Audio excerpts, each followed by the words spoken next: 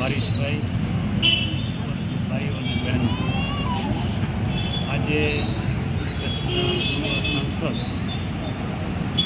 ભુજના ધારાસભ્ય ગુલાબશંકરભાઈ ધોળકિયાની જન્મ જયંતિ છે. એ જ રીતે નાગર જ્ઞાતિના પૂર્વ પ્રમુખ પરિમલભાઈ ધોળકિયા એ બંનેની જન્મ જયંતિ છે. સૌથી પ્રથમ બંનેને નતમસ્તકે શ્રદ્ધાંજલિ. ગુલાબભાઈની વાત કરવી હોય તો આપણે કહી શકીએ કે સાચા ગાંધી, શીખ અને પ્રમાણિક ગાંધી. અને વ્યક્તિગત વાત કરું તો મિતભાષી અને મૃદુભાષી. પોશાકની વાત કરું તો ખાદીનું ધોતિયું, ખાદીનું શર્ટ અથવા જબ્બો, લાંબો કોટ અથવા ટોપી, આ પોશાક જ્યારે મળી ત્યારે આપણને ખુશી થાય. અને રાજાશાહીના જમાનામાં કચ્છના લોકોને, ખાસ કરીને કચ્છના ખેડૂતોને જે તકલીફો હતી એ અંગે જે આંદોલનો રાજાશાહીના જમાનામાં થયા એમાં એનું મહત્ત્વનું યોગદાન. રાજાશાહી પછી લોકશાહી આવી અને પહેલી ચૂંટણી 1952માં. 1952માં કચ્છમાં લોકસભાની 2 બેઠક હતી. એક પૂર્વ કચ્છ, બીજી પશ્ચિમ કચ્છ. પૂર્વ કચ્છ રાપરથી શરૂ થયા કચ્છની શરૂઆત. પૂર્વ કચ્છની બેઠક ઉપરથી ગુલાબશંકરભાઈ ચૂંટાણા, પશ્ચિમ કચ્છની બેઠક ઉપરથી ભવનજી અર્જન ખીમજી ચૂંટાણા.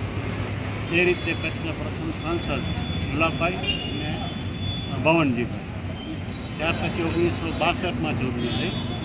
તે વખતે ભુજ મતદાર વિસ્તારમાંથી સિટિંગ MLA કુંદનભાઈ ધોળકિયા ઉમેદવાર હતા. સામે ગુલાબશંકરભાઈ ધોળકિયા ઉમેદવારી નોંધાવી. 62ની ચૂંટણીમાં ગુલાબશંકરભાઈનો વિજય થયો.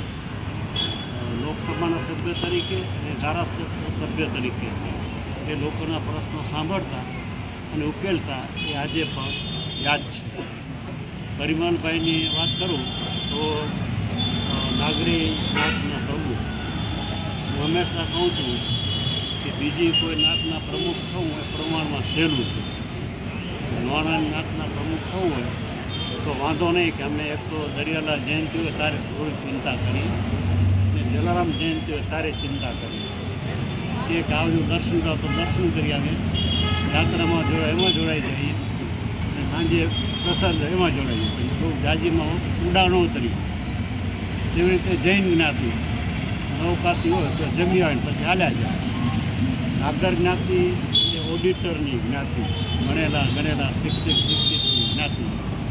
એ જ્ઞાતિના પ્રમુખ તરીકે કામ કરવું એ બહુ કઠિન કામ છે. એક જૂની કહેવત છે, કોનું છે તે વાગે છે, એમાં તે શું કરી કારીગરી, સાંભેલું બજાવે તો હું જાણું તું સાણો છું. નાગર જ્ઞાતિનું પ્રમુખ પદે સાંભેલાને વગાડવા જેવું કામ છે. એ સાંભેલું પરિમલભાઈએ બરાબર રીતે વાગી બતાવ્યું હતું.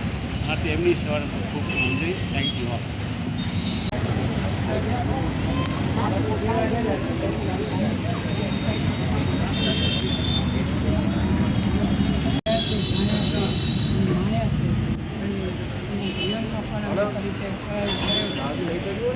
આજે એમ કહી શકાય કે આજના સત્તાલક્ષી રાજકારણમાં એનું જીવન એક દંતકથા સમૂહ બની રહ્યું છે. કારણ કે આવી સાદગીસભર જીવન જીવતા હોય એવી કોઈ વ્યક્તિ અત્યારે હશે નહીં એવું મારે પેટ સાથે કહેવું પડે છે. આજે પરિમલભાઈની પણ જન્મ જયંતિ છે. પરિમલભાઈ, મકાનભાઈ, વૈષ્ણવ કાકા લોકોએ નાગર જ્ઞાતિ વ્યવસ્થાપક મંડળ જ્ઞાતિના વિકાસના પાયાના અનેક કાર્યો કર્યા હતા. અને આજે